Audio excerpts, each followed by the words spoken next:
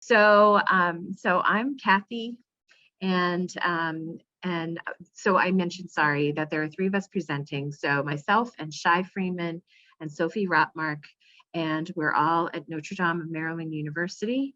And we're going to briefly introduce ourselves. And I'll go first since I'm already speaking. So my name's Kathy, and I'm an art therapist. And I'm also a professor here at Notre Dame of Maryland University. And I really love making things and being with and building community. And I do that through making art and through making art spaces. And I live in the city with my family, and we've lived here in the city all of our lives. And we have two fabulous cats. So that's my introduction. And I'm going to throw it to Shai to introduce herself next. Oh, Shai, there you go. I am Mashara, also known as Shy. That's my nickname. I go to Notre Dame. I am an art therapy major here at the university. I'm also an artist. I use what I write in my journals, life experiences, and I try to make those things tangible. So with art therapy, I actually use art therapy in terms of the process of art as therapy, and looking into that process. So that is what I do. Nice to meet you. Okay. Well, hi, my name is Sophie Rotmark, and as Kathy said, I'm also an undergraduate at Notre Dame. I'm actually transitioning careers. I worked for DoD as a financial analyst. Art has always played a big part in my life. I was a career soldier. And when I left the military, I found that I had some things to deal with. I have been deployed 2 times to Iraq. And getting back as a civilian was a little hard for me, and it's hard for a lot of soldiers. And I started doing art as a way of outlet, some way to express myself. And I just fell in love with it. And I felt that it was a healing presence in my life. And I expanded my art field to all kinds of different art. So I'm happy to share with you. Thank you. Awesome. Thank you both. All right. So why art? Why or how can art be important? Words can fail us. Our lives can leave us feeling wiped out. We can feel overlooked or lost. Our bodies can challenge us. Things can feel really overwhelming. Too many tabs open. We can forget who we are. We can't access what we need. And our thoughts, things can just become disorganized. And when that happens, we can turn to art, because art can really speak for us and with us. And it can help us to get it out, and it can feed us. It can help us to hang in there with whatever we're dealing with.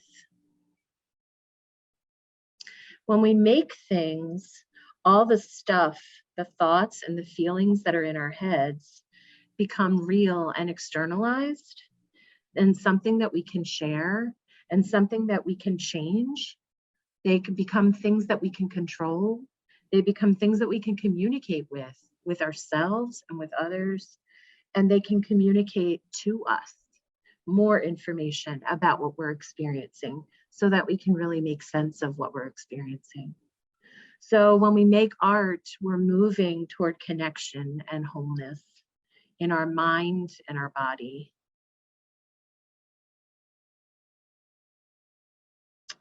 So I wanted us to think about, and this is where we're a small but mighty group, but I wanted us to start thinking together about art in a big or inclusive way, and not in that formal art way. It has to be look a certain way and be certain materials. Art doesn't have to be traditional with nice supplies from the art store.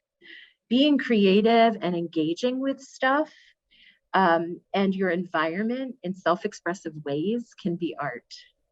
Doing art and being creative every day supports us being healthy or healing. So let's share. How are you feeding yourself or regularly making art? And again, art is in quotes because art really can be a very inclusive practice and something that we do broadly. So how are we feeding ourselves and regularly making art? And what types of materials and creative processes are we using? Because art is much bigger than art supplies. So I just want to open that up for us to consider a little bit. And maybe since we are such a small group today, recognizing that others will be watching this and will benefit certainly from what we have to share, but we'll be answering this for themselves when watching it. But let's offer our own ideas just for a moment about how we're practicing art and how we're regularly making art. So we do have two guests with us here, Liz and Randy, and I wondered if you had any thoughts on that.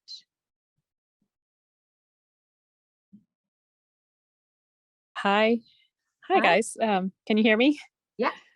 Oh, so I'm a therapist, and I have in the past incorporated art into my practice, but not so much since I've worked more with adults and less with children, though I realize that's, that I'm missing out on a great opportunity to incorporate art more into my practice with working with adults and helping them, connect with their feelings and express their feelings through different forms of art. But for myself, I was just thinking, I was thinking I don't really engage with art, but then I realized I'm taking photos all the time. Yeah. It's like when I'm out in nature or even in my house with my animals, I see something that, strikes me and I take a picture, and it's kind of, I think that's my art form and I used to do more photography before I was so busy in life, but now it's just pictures on my phone. And I love looking through them and kind of thinking about how they make me feel. And I look for kind of hopeful signs, like right now, signs of spring, and find myself taking photos, as I go about my day. So I guess Awesome. that's my art form. Oh, absolutely. Thank you so much. Sure. Fantastic. Randy, any thoughts?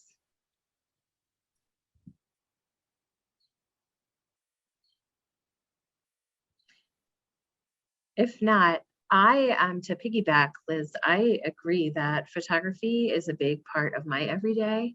Unfortunately, it's in support of my Facebook and social media habits. But I also enjoy really capturing nature and spaces, calming spaces, and that's really motivating to me. And I enjoy arranging things, oddly. I enjoy organizing and arranging and creating vignettes of objects in my home, decorating, moving things around, and really changing my everyday environment. And I think that that's certainly an artistic process for me, for sure. Okay. Yeah.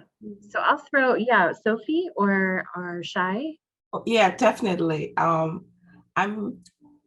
I didn't think of arranging the everyday environment as a form of art expression, but that is something I do possibly a little bit too, maybe too often, because I will rearrange a whole room, redecorate, repaint, and everything more often than not, but it makes the space feel new and a little bit, cleaner and more restful. But I do that. And then, of course, I love to create T-shirts. So my art of expression is physical as well as I do electronic art. So yeah, almost every day. Actually, every day. Fabulous. I'll also throw cooking in there. I think that's Oh, relevant for the two of us as well. yes, yeah. So and decorating cookies for me is another art form and something that I engage in regularly too. Shy or Yeah. Randy, if something's come up, Randy, you would like to share, please jump in. No pressure though. Okay, sorry, Shy. Yes, I definitely use photos a lot. Photography is also one of my mediums as well that I use just for art purposes as well. But I think that with photos, I kind of liked it for the history aspect of it, like just having these, even if they're like mundane to people, like these dumb pictures, uh, they're still like a part of history. You can use them and have memories that come from them, visuals that come from them, symbols or whatever the case may be. But it's like what you want to see or what you want to show other people through those pictures. So that's why I like photography. In what you're sharing too, I'm having the thought about also how because history is this way too, and photographs, like your translation of what's happening in the image or connection to that story or that moment in time too may change over time. And the photos offer like an additional layer of transaction and connection to that. Yeah, for sure. Very cool. All right, great. Any other thoughts before we move on? All right.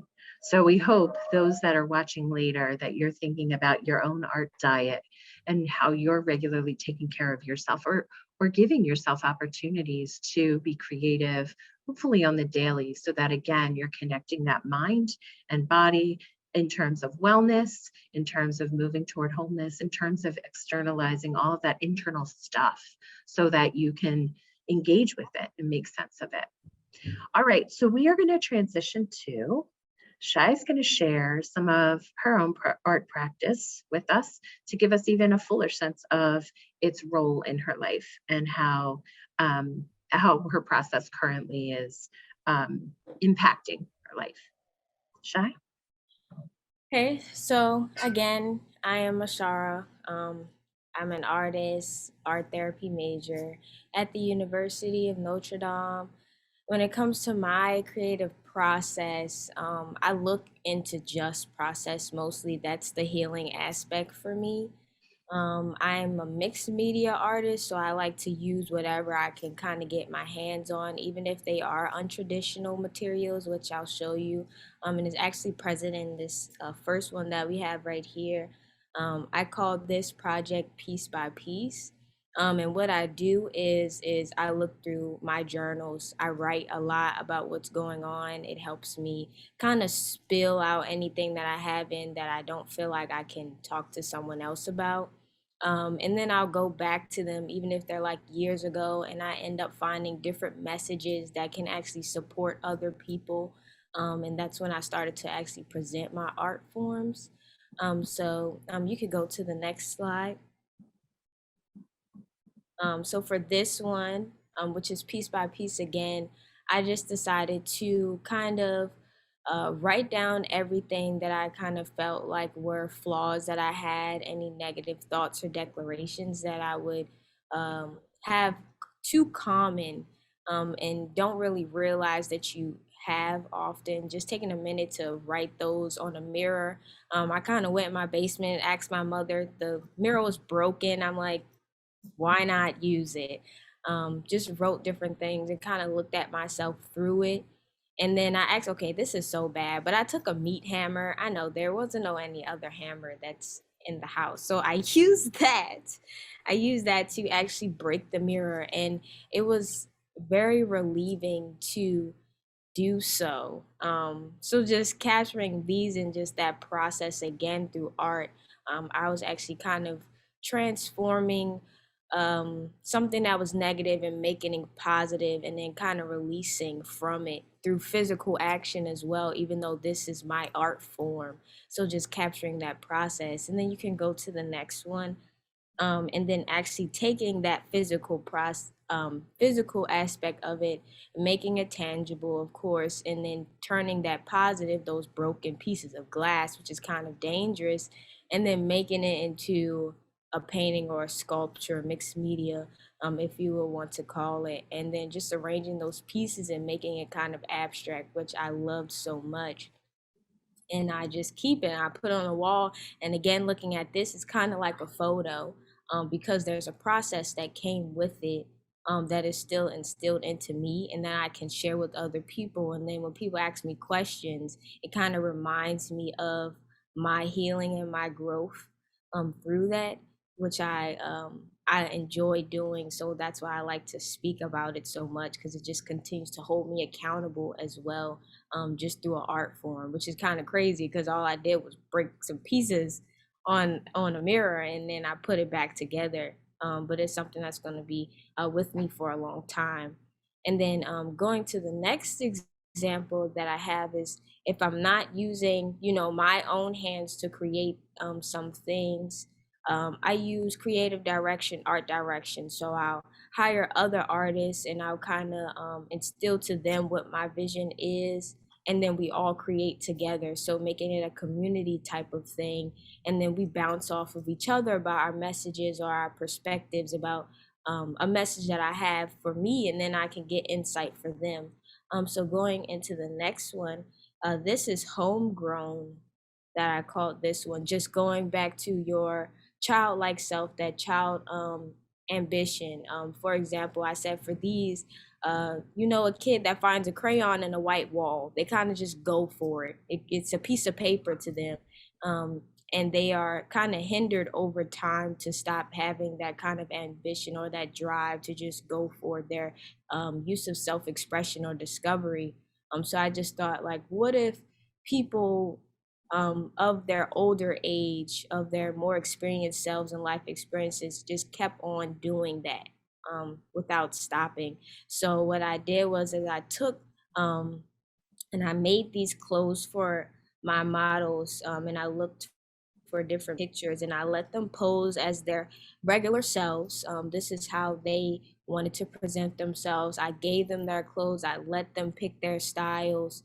And I just drew on some silk and I just connected with my younger self. And that was fun too, because I usually like to be perfect. And when you think of being a kid, you don't really care if the lines are off or things of that nature. So that just was like a really calming type of experience. And then seeing it come to life in a more mature way, you could say, was actually fun as well. So that is the conclude of, what I do as an artist and how I use art as food in my daily life. And I just continue to do it. So it heals me, and then I can find others that it might heal as well. Very Thank you nice. so much, Shai. Awesome. Yeah, very, very good. All right, Sophie. Here Oh, you are. yes. After that, very, very wonderful and inspiring from Shai. For me, art I've found lately, I try to communicate thoughts and ideas in my philosophy. And I found that creating t-shirts, this one is a pretty, straightforward, just clean cut design, but the message I thought didn't need any extra, I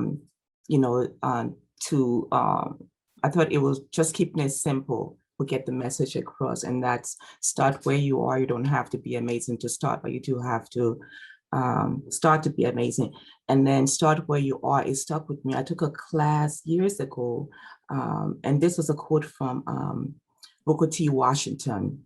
And I just thought that was such a powerful thing. He was telling people that, you don't have to have it all to start, but the little that you do have, just use it and see where you can take it and how much more can come in from using what you do have. And so that's what this t-shirt came about from, start where you are. And then my friends know that I love to make things. So they always come, Sophie, can you make this? And I'm just like, most times I say yes, and then I go ahead and figure out how to make it. But this one was a wedding brooch. She needed something she saw in a magazine. And she's like, can you? I was like, sure, it looks simple. It wasn't simple. This little piece took me days of, but it was relaxing too, the pattern, the repeat pattern of it was a very relaxing experience. Kathy, next slide, please. All right, and then another form, as you will see through the slides, that I have a wide range of art expression. And I will say I don't jump from one to the next. I do have a few weeks and stuff in between, but I do love plants. And I thought a way to mix my creative side with the plants. I started creating miniature fairy gardens and giving it to people. A lot of people loved it. It made them feel relaxed, something that they can just look at. And I found that was a way to also share with people. And so I enjoy making my gardens. And next slide. And then my first love, as you see, has been ceramics. I've been practicing ceramics for about 12 years now. And actually I branched out from ceramics. I started with it. As the picture on the right is some of my work. I actually hand through those cups and then painted and glazed them. That was really fun, and then give them out as presents to friends and family.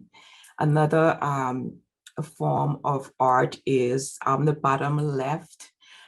Those are very useful right now. When I'm making things, for me, I love to have beauty and function go together. So if I can incorporate those two things, it works for me if I can just, incorporate beauty and function to everyday items. And some of my materials, most of it comes from Michael's. It's nothing, like fine art. It's just little things I can do in my daily environment or share with friends and family. Or sometimes I have sales on Etsy and people can contact me to see something they like and I can personalize it for them. But I just need that release, and it just helps keep my life more balanced and me more in touch, I don't know, with things and people in my environment. So it helps me. Thank you. Thank you, Sophie. I'm enjoying your talking about, and even Shara, like you're talking about like engaging others in your art making too. And it's not just for you, or the initial process may be for you, but then reaching out to friends and like staging and having them engage with your creative vision and kind of bringing it to fruition together.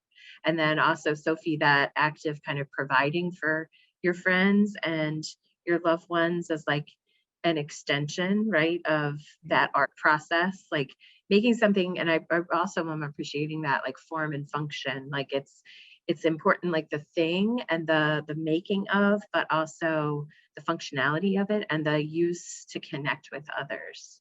Yeah, absolutely. Like when when Christmas or someone's birthday coming, I'm gonna sit and think about that person, and I try to, what will be useful for them? What do they like? So I kind of, that to me, that's a way of showing love, to put that kind of effort into, Yeah.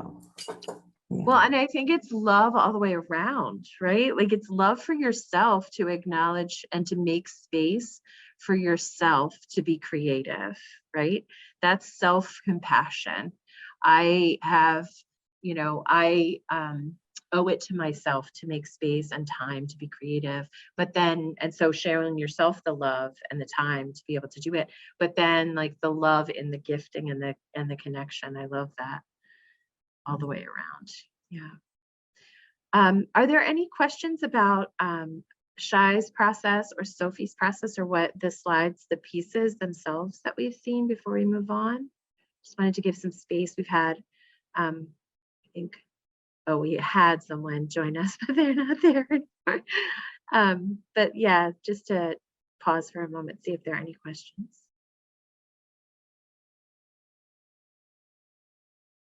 Okay. So we were wanting to invite either us today and certainly those who will watch this video later on, to think, what is your own practice? What is your own need to be creative in your kind of diet, right? How is art functioning in your daily diet? And how can we now either source an image or create an image that's simple, that can remind us of this conversation, like a meditation, an intention to be creative, or what word can we write or hold in our hearts to remind us of that daily diet and that creativity? Or what object in our immediate environment can we associate with the idea of being daily in practice with ourselves and with our art? So we just wanted to kind of throw that out there for folks to think about moving forward. And Shai or Sophie, any comments there, or we'll just keep going? Just wanted to. I'm gonna reiterate that we don't need to have to go out to find something to create something that can be meaningful or remind us. I think of it something like when we write sticky notes and stick it on the mirror to remind yourself to have a certain attitude every day. Well, the sticky note could be an object that gives you a particular feeling, and you can capture that feeling and that reminder through an object too. Mm-hmm.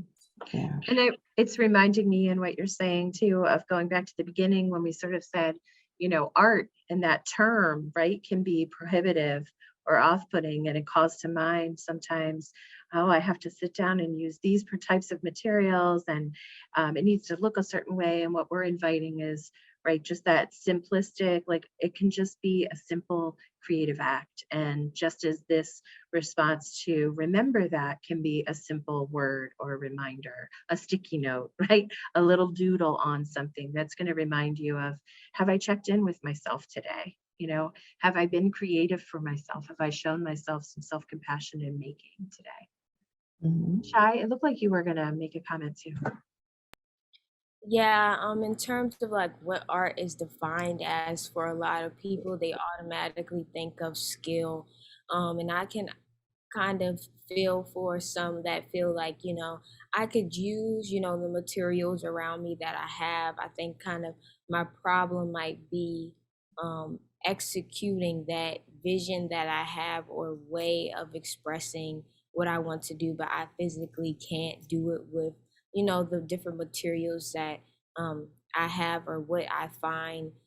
So I would say, even for that, kind of just finding different outlets of doing it. Which one do you best feel would actually express those things?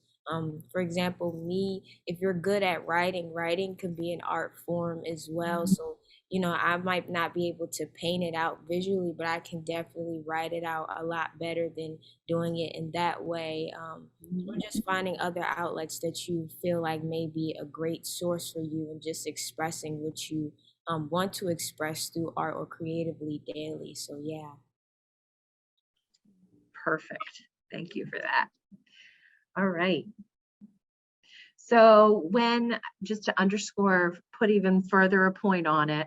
So then when we're making things, as Shai was just saying, and we've said, that really are coming from ourselves, we are again creating that connection to ourselves, potentially with others, and we can impact change for ourselves or in community and really promote wellness and healing. This image actually is from an art installation that I was a part of a couple of years ago. It was really powerful at Artscape. So now for the shameless self-promotion, we also are hosting an opportunity to come and be creative and make art on Saturday for the Community Resource Fair and celebration that's happening at Coppin as a part of the summit. So we invite you who are watching in the future, and certainly us, to drop in at any time. There's no obligation, certainly be there the entire time. We'll be set up with art materials and barbers and I think yoga and lots of other amazing things happening from 12 to 4 on Saturday at Coppin. And we will be supplying all of the art materials traditional and non-traditional materials. And by that, I mean like recycling and like weird stuff and things that I collect because I love to dumpster dive. So we'll have lots of like cool stuff to just come and tinker with and engage with and maybe make something, and certainly be in community, because it's not just about the art, but it's also just appreciating and holding that creative space, for us to just respond, to one another and with one another. And if you want to find out more about the model, there's a link there. arthives.org is the model for this open studio that we'll be offering, and that we have actually monthly on campus.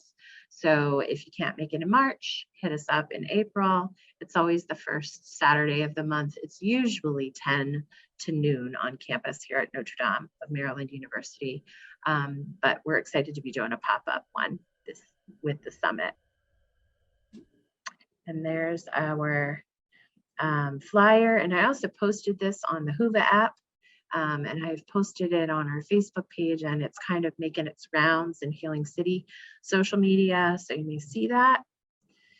And certainly too, to learn more about art therapists in Maryland, because we've mentioned art therapy a couple times, and this is not a presentation specifically about art therapy, but certainly we are all engaged in learning. I'm always learning too, about how art can helps to support folks to connect with themselves, to heal, to feel well, to connect mind and body. And art therapists do all of that therapeutic work toward wellness, and restoration of health through art engagement.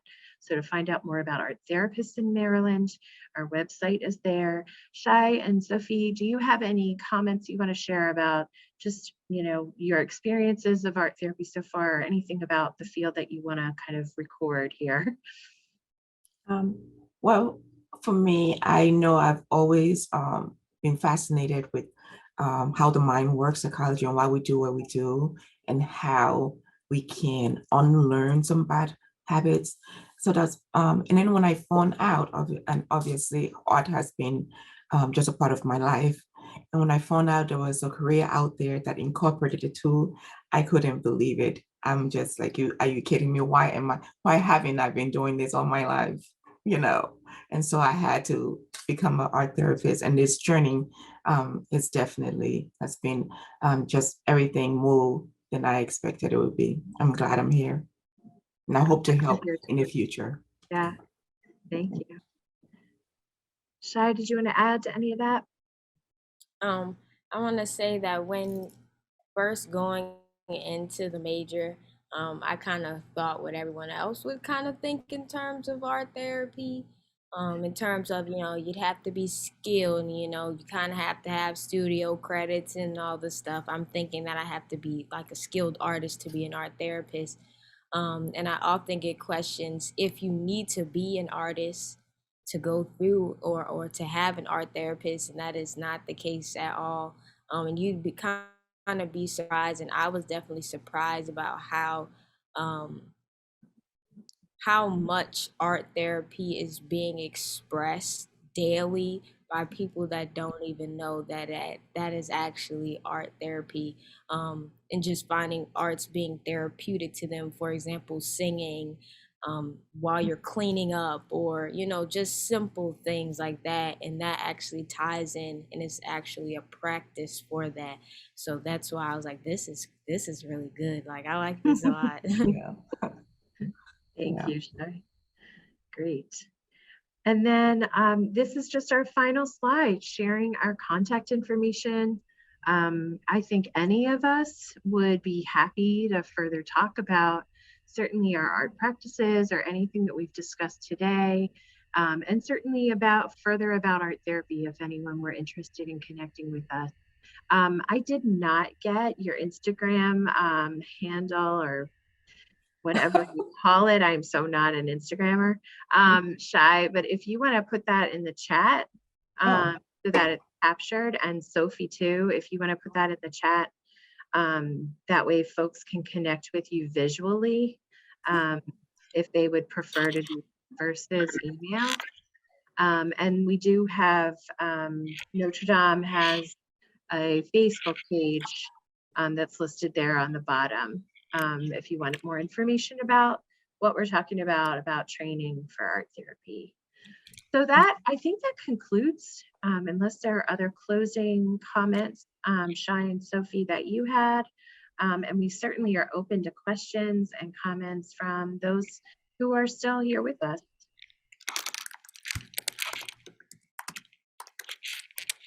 No, I just want to say thank you, guys. It's a lot to think about.